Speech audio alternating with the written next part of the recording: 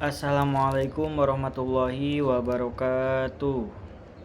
Nama saya Ahmad Fauzan dari Prodi PGMI semester 4 di Institut Miftahul Huda Subang. Di sini saya akan memenuhi tugas UAS dengan mata kuliah Pembelajaran Al-Quran Hadis di MI atau SD dengan dosen pengampu Bapak Miftah Farid MPD. Saya akan menyampaikan sebuah analisis saya mengenai permasalahan yang sering dihadapi siswa dalam pembelajaran Al-Quran Hadis di tingkat MI atau SD. Kemudian saya akan menjelaskan strategi apa atau pendekatan seperti apa mengenai pembelajaran Al-Quran Hadis yang dapat diterapkan oleh guru untuk mengatasi permasalahan tersebut agar pembelajaran menjadi lebih menyenangkan, kontekstual, dan bermakna bagi siswa. Baiklah, saya akan menyampaikan hasil analisis saya. Jadi, pembelajaran Al-Quran Hadis adalah fondasi penting dalam membentuk karakter dan akhlak mulia anak-anak kita di madrasah ibtidaiyah. Namun, apakah pembelajaran ini sudah benar-benar bermakna dan menyenangkan bagi siswa? Mari kita bahas lebih mendalam. Jadi yang pertama, masalah-masalah yang sering dihadapi dalam pembelajaran Al-Quran Hadis. Yang pertama, biasanya bahasa Arab yang tidak bisa dipahami ya. Jadi banyak siswa yang merasa kesulitan memahami materi Al-Quran Hadis karena keterbatasan dalam menguasai bahasa Arab.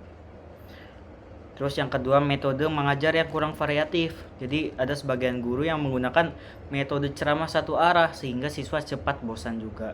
Yang ketiga, keterbatasan media dan sumber belajar. Kurangnya media pembelajaran seperti gambar, video, atau alat bantu visual menyebabkan materi terasa abstrak. Apalagi jika menyangkut nilai-nilai atau kisah Nabi yang seharusnya mengunggah. Terus yang keempat, kurangnya keterkaitan dengan kehidupan sehari-hari. Jadi materi Quran Hadis ini seringkali disampaikan tanpa dikaitkan dengan kehidupan siswa. Jadi siswa sulit menyerap. Terus yang terakhir, perbedaan kemampuan siswa. Jadi dalam satu kelas ada siswa yang cepat memahami dan ada yang lambat memahami.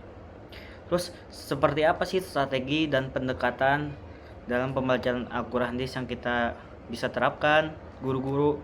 Jadi siswa pendekatan melalui kontekstual atau teaching and learning (CTL).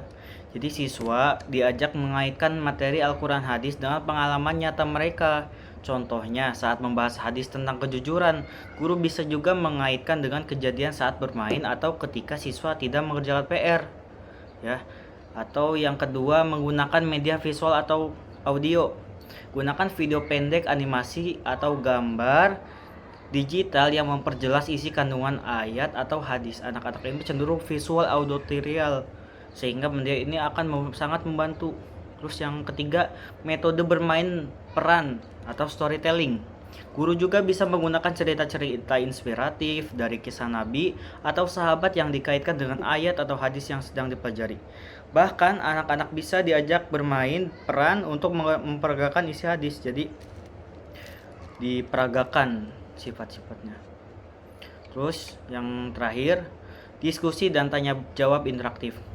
Ajak siswa berdiskusi dalam kelompok kecil. Guru dapat memberikan pertanyaan terbuka seperti, apa yang kamu rasakan ketika melihat temanmu kesusahan? Lalu kaitkan dengan hadis, mal la yarham la yurham. Pendekatan ini membuat siswa berpikir dan merasa terlibat.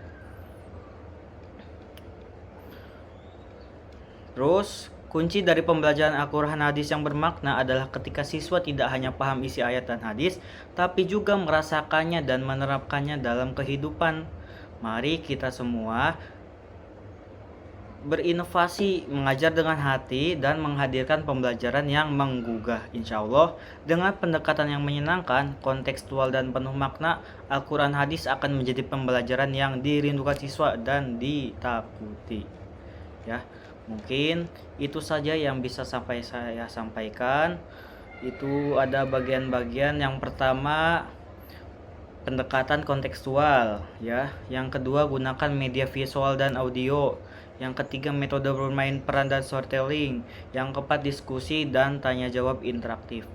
Semoga dengan materi yang saya sampaikan guru-guru yang menonton bisa berinovasi, bisa terus berinovasi agar pembelajarannya menyenangkan dalam pembelajaran Al-Quran hadis, melainkan pembelajaran yang lainnya bisa dipakai. Itu saja yang saya sampaikan. Billahi taufiq wal hidayah. Wassalamualaikum warahmatullahi wabarakatuh.